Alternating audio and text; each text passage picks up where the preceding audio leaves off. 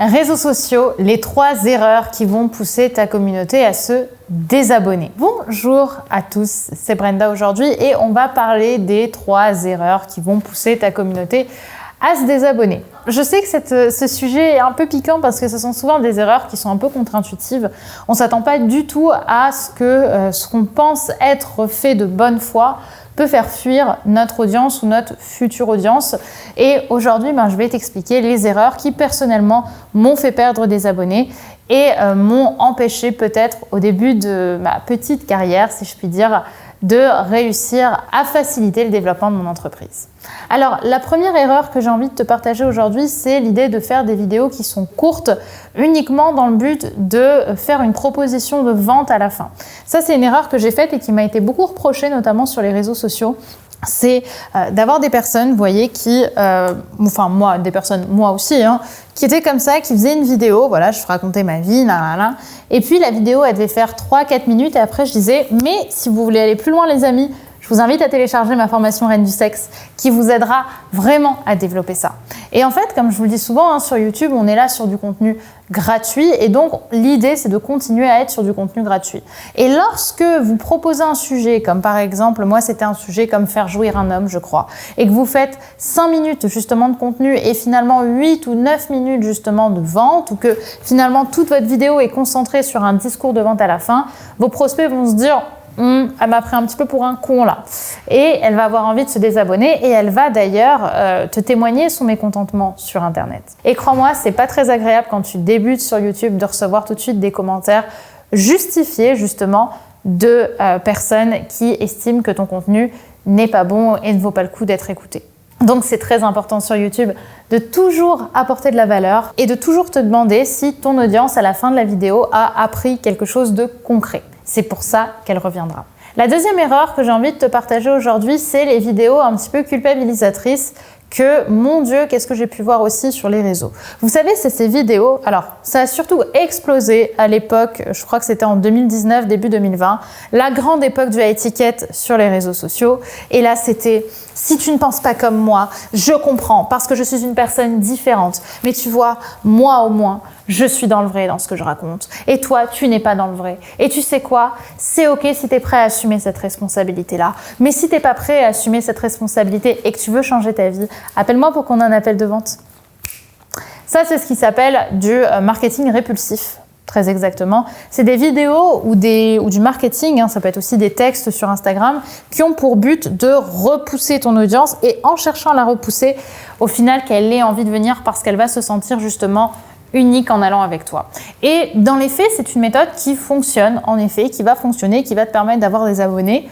Par contre, c'est une méthode qui va te former une sacrée réputation de merde, pour être sincère avec toi, et qui en fait, à terme, va finir par t'essouffler. Et par s'essouffler aussi, parce qu'aujourd'hui, il y a des personnes qui en 2020 cartonné avec ces méthodes un peu culpabilisatrices, mais qui aujourd'hui, mon Dieu, sont vues vraiment en mode red list. Plus personne ne les veut dans les événements, parce que justement, elles donnaient pas l'impression d'être des personnes intéressantes, attirantes ou lumineuses.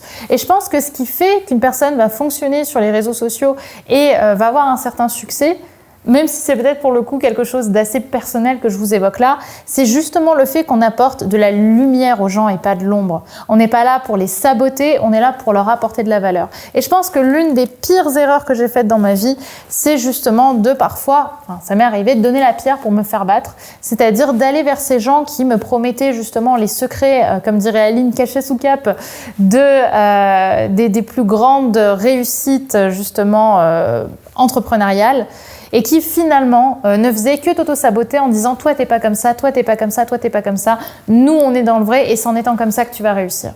Et j'ai essayé de m'en inspirer à une période et j'ai essayé moi aussi de jeter la pierre à mon audience en leur disant que s'ils réussissaient pas, c'est parce qu'ils s'en donnaient pas les moyens. Et croyez-moi, vous n'imaginez pas à quel point je me suis reçu un torrent de haine par ces personnes qui justement me disaient « mais en fait Brenda, t'es complètement dans le fake parce que ce que t'es en train de faire là, c'est pas toi, c'est pas pour ça que je t'ai suivi, donc tu sais quoi, je me désabonne et t'auras jamais mon argent ». Et je vous jure que ça m'a mis une sacrée claque d'humilité et j'ai su après que à une époque, ça avait pu parler sur moi à cause de ça parce que justement, j'avais essayé une méthode qui ne me ressemblait pas et qui a fait que nombreux abonnés se sont éloignés. Je ne sais pas si c'est quelque chose que vous connaissez. Si c'est quelque chose que vous connaissez, n'hésitez pas à me le dire par commentaire si vous avez déjà entendu parler de ces méthodes-là. Et la troisième erreur qui va vous empêcher justement de garder des abonnés, c'est d'essayer de faire un maximum de vidéos qui vont parler à tout le monde. C'est-à-dire de se présenter à 2 cibles au lieu d'une. Alors ça arrive souvent au départ quand on ne sait pas encore comment on veut se positionner.